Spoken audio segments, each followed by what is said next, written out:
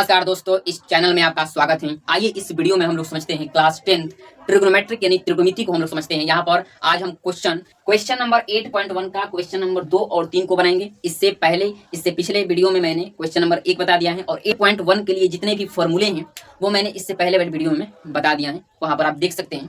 तो यहाँ पर आज हम क्वेश्चन नंबर 2 और 3 को समझेंगे। यदि कोई भी आपको डाउट होता है समझने में तो आप हमें कमेंट बॉक्स में कमेंट कर सकते हैं। वहाँ से आप जो भी आपका प्रॉब्लम है मैं आपका प्रॉब्लम को सॉल्व करने का प्रयास भरपूर करूंगा।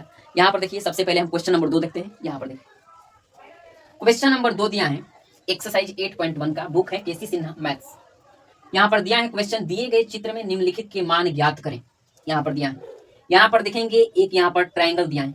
आप बुक में देखेंगे तो ये ट्रायंगल दिया होगा, ये ट्रायंगल है, ठीक है। यहाँ पर मान दिया है 4, 5, 3। यदि आपको त्रिकोणमिति में एकदम बेसिक से आपको समझना है ना तो आप शुरू से वीडियो देखिएगा, ठीक है। अब यहाँ पर समझिए, देखिए यहाँ पर पहले आपको साइन थीटा का मान निकालना है, दूसरा कॉस सी का मान निकालना है। तो कैसे निकलेगा इस आपको हम बारीक से बता रहे हैं। देखिए ये बताइए साइन थीटा का बराबर क्या होता है, साइन थीटा बराबर क्या होता है बताइए। तो कहेंगे लंब बटे में कर्ण, सही बोल रहे हैं, लंब बटे में कर्ण होगा। तो यहाँ पर लिखेंगे आप लंब बटे में कर्ण, लंब बटे में कर्ण, ठीक है। तो यहाँ पर पहले आप लिख देंगे लंब बटे में कर्ण, लंब बटे में कर्ण आप लिख दिए। उसके बाद क्या करना है, यहाँ पर देखना है लंब कौन सी भुजा है और कौन सी भुजा कर्ण है। तो यहाँ पर देखेंगे, आपको हम बताए हैं कि एंगल के सामने वाली भुजा क्या होता है, लंब होता है, परपेंडिकुलर होता है, आपको हम बताए हैं। तो यहाँ पर एंगल थीटा बन रहा है, तो इसके सामने वाली जो भुजा होगी, ये भुजा ये होगी लंब, क्या होगी, ये लंब होगी, ए बी लंब होगी। तो यहाँ पर ए बी लंब हो गई और उसके बाद हमें क्या चाहिए, कर्ण चाहिए, क्योंकि साइन थीटा पर लंब बटे कर्ण होता है ना। तो हमको लंब तो मिल गया, अब हमको कर्ण चाहिए। तो कर्ण क्या होगा, तो कर्ण भैया ये कर्ण होगा आपका, क्या होगा, ये कर्ण होगा, इसी कर्ण होगा। तो यहाँ पर लंब हो गया 4 और कर्ण हो गया 5। तो यहाँ पर लिख देंगे 4 बटे में 5। समझ गए ना। इसी प्रकार से आप सेकंड भी बना सकते हैं। यहाँ पर देखेंगे एंगल सी है, यहाँ पर एंगल क्या है, सी है। तो यहाँ पर देखेंगे, यहाँ पर सी बिंदु है, यहाँ पर सी एंगल भी यहीं पर बनेगा, सी एंगल भी यहीं पर बनेगा। तो यहाँ से भी देखेंगे सी एंगल से, तो सी एंगल के सामने वाली भुजा क्या होगी, लंब होगी, यानी ए बी। और ये बी सी क्या होगी, आधार होगी।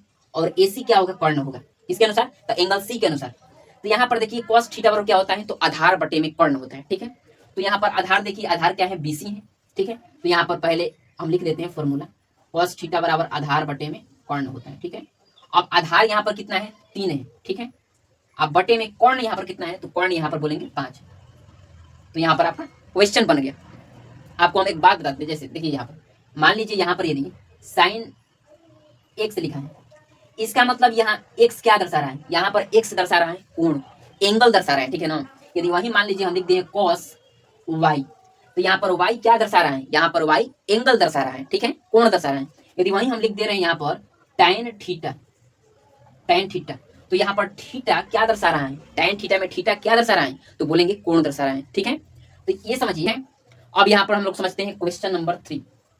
2 तो आप समझ चुके होंगे। यदि कोई भी आपको डाउट रह गया है तो बॉक्स में आप मुझे कमेंट कर देंगे, आपका हम डाउट भरपूर प्रयास करेंगे कि आपका डाउट एक भी न रहे, ठीक है। अब यहाँ पर देखते हैं क्वेश्चन नंबर 3 को। यहाँ पर देखिए, दिए गए चित्र से निम्नलिखित के मान ज्ञात कीजिए।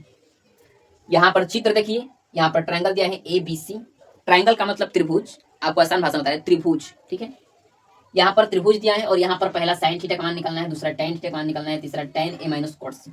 ऐसा क्वेश्चन आता है पेपर में, फाइनल पेपर में जो आपका होगा 10th में, ऐसा क्वेश्चन आता है। तो मैं इस क्वेश्चन को एकदम बारीक से आपको बता रहे हैं कि आपको समझने में कोई प्रॉब्लम ना हो। आइए समझते हैं। देखिए हमको साइन थीटा का मान निकालना है। अब बताइए साइन थीटा बराबर क्या होता है, लंब बटे में कौन होता है ना, होता है नहीं, होता है।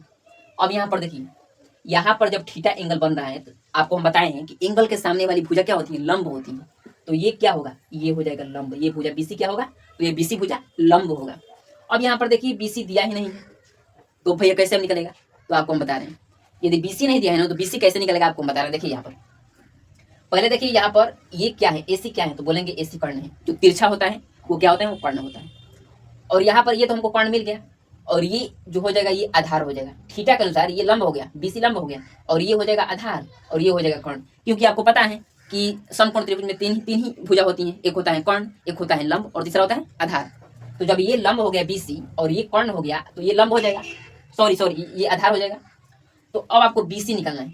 आपको हम पाइथागोरस पर में बताए हैं कि कर्ण स्क्वायर बराबर लंब स्क्वायर प्लस आधार स्क्वायर। यहाँ पर सबसे पहले आप यहाँ पर बीसी निकालेंगे। बीसी कैसे निकालेंगे, तो देखिए बीसी कैसे निकलेगा, पहले देखिए यहाँ पर ये थीटा एंगल बन रहा है, तो थीटा एंगल के सामने वाली भुजा क्या होगी, लंब होगी।